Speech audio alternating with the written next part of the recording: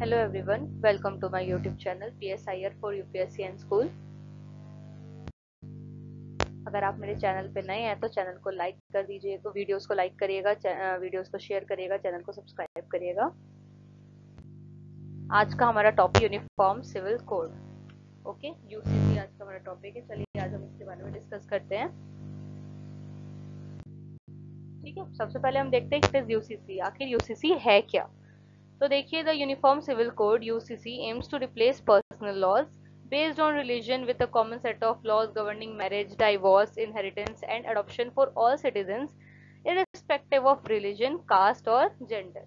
तो देखिए, जो यूनिफॉर्म सिविल कोड था, इसका एम है कि रिप्लेस करे ये पर्सनल लॉज को। ठीक है, जो कि बेस्ड होंगे किसी भी रिलीजन के ऊपर, जो मैरिज डाइवोर्स किसी भी चीज से रिलेटेड है, अलग अलग रिलीजन के, उन सबको रिप्लेस करके एक कॉमन लॉ बनाना जो हर एक रिलीजन के ऊपर इम्प्लीमेंट होगा। डजेंट मैटर कि उनका रिलीजन क्या है, ये जो लॉ होगा यूनिफॉर्म सिविल कोड, ये हर एक मतलब रिप्लेस करेगा पर्सनल लॉज को। जो हर एक रिलीजन के अपने पर्सनल लॉज हैं उनको रिप्लेस करेगा और एक कॉमन सेट ऑफ लॉज होंगे। ठीक है, जो कि गवर्निंग करेंगे, जो चाहे वो मैरिज के ऊपर हो, डाइवोर्स किसी भी चीज के ऊपर हो। ठीक है, जो कि अडॉप्ट होगा ऑल सिटीजन्स के द्वारा irrespective of their religion, caste और जेंडर। ठीक है, ओरिजिन एंड कॉन्स्टिट्यूशनल प्रोविजंस इसके क्या है, इसका ओरिजिन कैसे हुआ, इसके कॉन्स्टिट्यूशनल प्रोविजंस क्या है, ये देखते हैं। आर्टिकल 44 ऑफ इंडियन कॉन्स्टिट्यूशन, जो इंडियन कॉन्स्टिट्यूशन का आर्टिकल 44 है, under the directive principle of state policy recommends the implementation of uniform civil code. अब देखिए, जो आर्टिकल 44 है इंडियन कॉन्स्टिट्यूशन का, जो अंडर डीपीएसपी के आता है, directive principle of state policy के अंदर, वो रिकमेंड करता है इस चीज का, मतलब यूनिफॉर्म सिविल कोड का, the implementation of uniform civil code. ठीक है, ये आर्टिकल 44 बहुत इंपॉर्टेंट है। मैं एक सेपरेट वीडियो बनाऊंगी इसके ऊपर, जिसमें आपको सारे इसके आर्टिकल्स के बारे में हम कवर करेंगे। ठीक है, इसके अंदर क्या कहा गया आर्टिकल 44 के अंदर कि the state shall endeavour to secure for the citizens a uniform civil code throughout the territory of India. मतलब पूरे इंडियन टेरिटरी के अंदर ये जो यूनिफॉर्म सिविल कोड है उसको मतलब इम्प्लीमेंट किया जाएगा, सिक्योर किया जाएगा। अब देखते हैं इसके ऑब्जेक्टिव क्या थे हम यूसीसी के।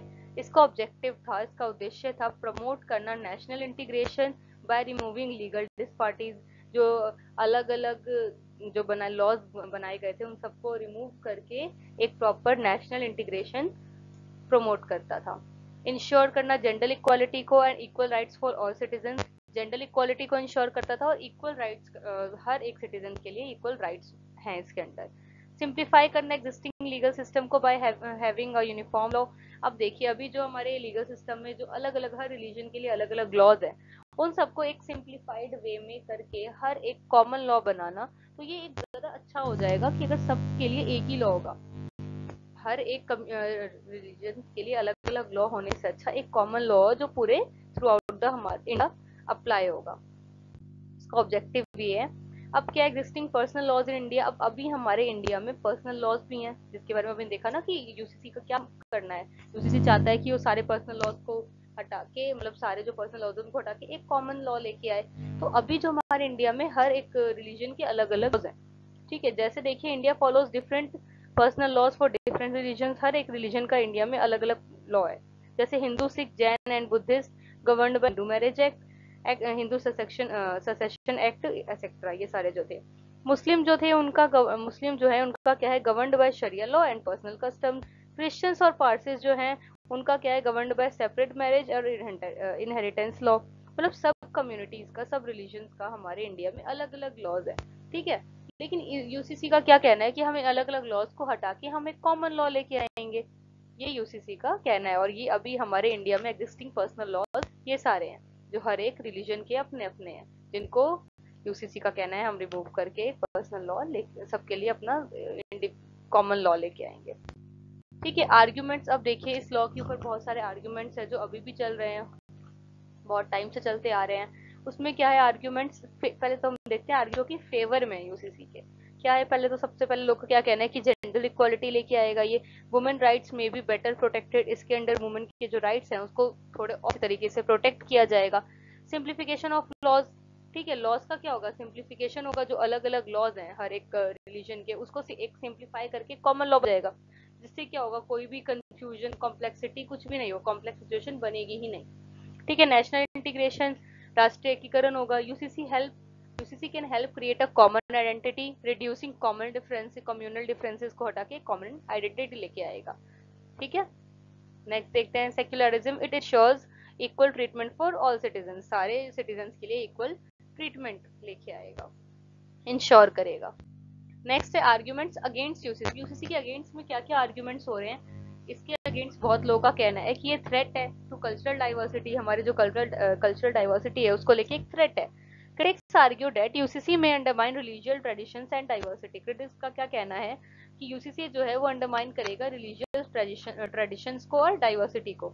माइनॉरिटी कंसर्न्स, कुछ लोग का ये कहना है कि ये माइनॉरिटी को लेके कंसर्न भी होगा कि fear of imposition of majority values, मतलब जो मेजोरिटी की वैल्यूज है उनको इम्पोज करेगा माइनॉरिटी के ऊपर, ये ऐसा कुछ लोगों का कहना है, बट ऐसा नहीं है। बट देखते हैं हम क्या क्या आर्ग्यूमेंट्स हो रहे हैं अगेंस्ट में।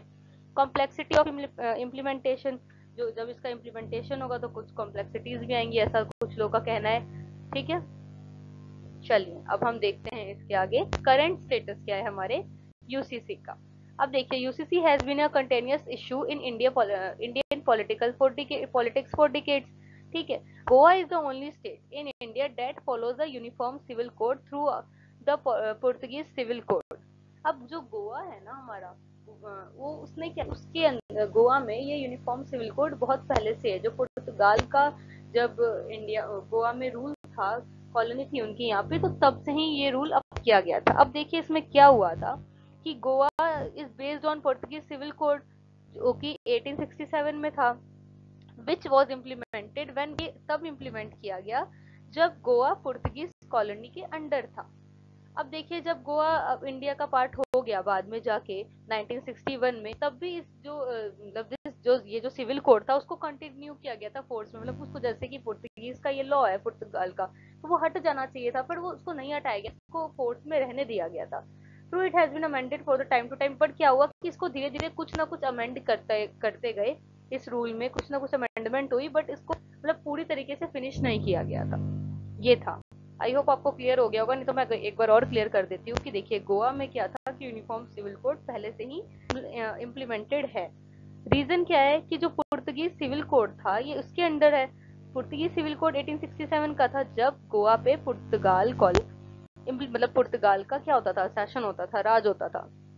अब जब गोवा इंडिया का पार्ट बन गया, 1961 की बात है ये, तब भी ये जो कोड था पुर्तगीज सिविल कोड, उसको फोर्स में ही रहा, वो इम्प्लीमेंटेड ही रहा, वो हटाया नहीं गया उसको।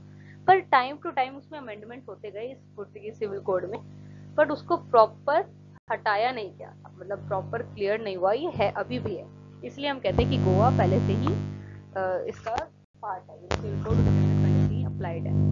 ठीक है, the law commission of India 2018 stated that UCC is neither necessary nor desirable at that moment, but emphasized reform personal laws to ensure gender justice।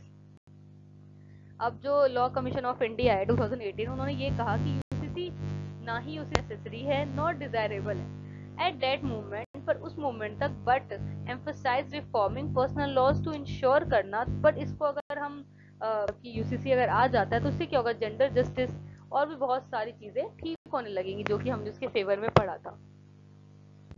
Next है कंक्लूजन में हम कहते हैं क्या है, the most recent development regarding the uniform civil code in India is that Uttarakhand became the first state to implement the UCC. अब उत्तराखंड जो है वो पहला स्टेट है जिसने इम्प्लीमेंट किया है UCC, passing the Uttarakhand uniform civil code bill in 2024। ठीक है, तो ये क्वेश्चन एक इंपॉर्टेंट क्वेश्चन बनता है कि उत्तराखंड स्टेट है जिसने क्या किया है, यूनिफॉर्म सिविल कोड को अप्लाई किया है। ठीक है, तो फर्स्ट इंडियन स्टेट की अगर हम बात करें कि वो कौन है जिसने यूनिफॉर्म सिविल कोड को अप्लाई किया है, तो वो कौन है, उत्तराखंड। कब हुआ, 2024 में पास हुआ था। Okay, Uttarakhand section on February 7, 2024, the Uttarakhand Legislative Assembly passed the Uttarakhand Uniform Civil Code Bill 2024, making Uttarakhand the first India to implement the UCC। हमने read किया। अब अदर स्टेट्स की बात करें तो अदर अदर स्टेट्स का भी क्या मतलब कि करंट स्टेटस क्या है। तो Uttarakhand has taken the lead, the other states like Assam, Gujarat are also working on implementing this UCC। अब उत्तराखंड में तो इम्प्लीमेंट हो चुका है, पर अदर स्टेट जैसे असम हो गया, गुजरात हो गया, वहाँ भी ये सब बात वर्क काम चल रहा है इसको इम्प्लीमेंट करने के लिए, यूसीसी को इम्प्लीमेंट करने के लिए। गोवा, जो कि अभी हमने पहले ही पढ़ा कि already has a form of common civil code practice under the Portuguese civil code of 1867, जो मैंने अभी आपको बताया वही चीज है कि गोवा में तो वो पहले से ही अप्लाई हो चुका है, बट पहले ही हो चुका था। उत्तराखंड में अभी 2024 में हुआ है, और बाकी भी स्टेट्स हैं वो धीरे धीरे कर रहे हैं, मतलब इम्प्लीमेंट कर रहे हैं, सॉरी अप्लाई नहीं, इम्प्लीमेंट कर रहे हैं। जैसे कि असम ने कर दिया है, असम भी ट्राई, असम में भी मतलब बातें चल रही है, काम चल रहा है, गुजरात में भी चल रहा है, बट अगर फर्स्ट स्टेट की बात करें तो वो क्या है, उत्तराखंड है, जहाँ पे ये चीज इम्प्लीमेंट हो चुका है। ठीक है, तो आज का हमारा ये टॉपिक अभी हम एंड करते हैं, uniform civil code. I hope इस टॉपिक में आपको जो भी कंफ्यूजन थी वो क्लियर हो गई होंगी। आप किसी नेक्स्ट वीडियो पे इस टॉपिक पे वीडियो चाहते हैं तो वो मुझे ज़रूर बताएं। Thanks for watching.